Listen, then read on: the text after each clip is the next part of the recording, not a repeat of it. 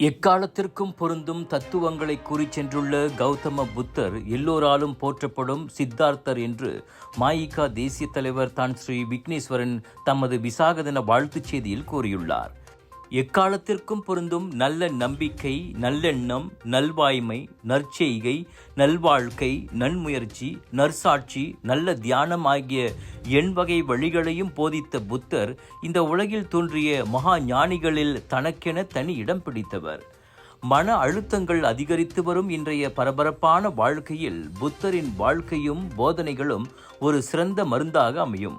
விவேகம் மற்றும் அறிவின் மறுவடிவமாகவே கருதப்பட்ட புத்தரின் போதனைகள் அனைத்தும் மனிதர்களை துன்பத்திலிருந்து விடுவிக்கும் வித்தையை கொண்டவை என்று தான் ஸ்ரீ விக்னேஸ்வரன் சொன்னார்.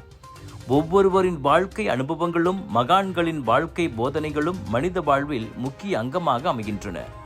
அவர்கள் கடந்து வந்த பாதையை நாம் கருத்தில் கொண்டு நமது இன்றைய வாழ்க்கையை செழுமையாக அமைத்துக் கொள்ள வேண்டுமென தான் ஸ்ரீ விக்னேஸ்வரன் தமது விசாக தின வாழ்த்துச் செய்தியில் கேட்டுக்கொண்டார்.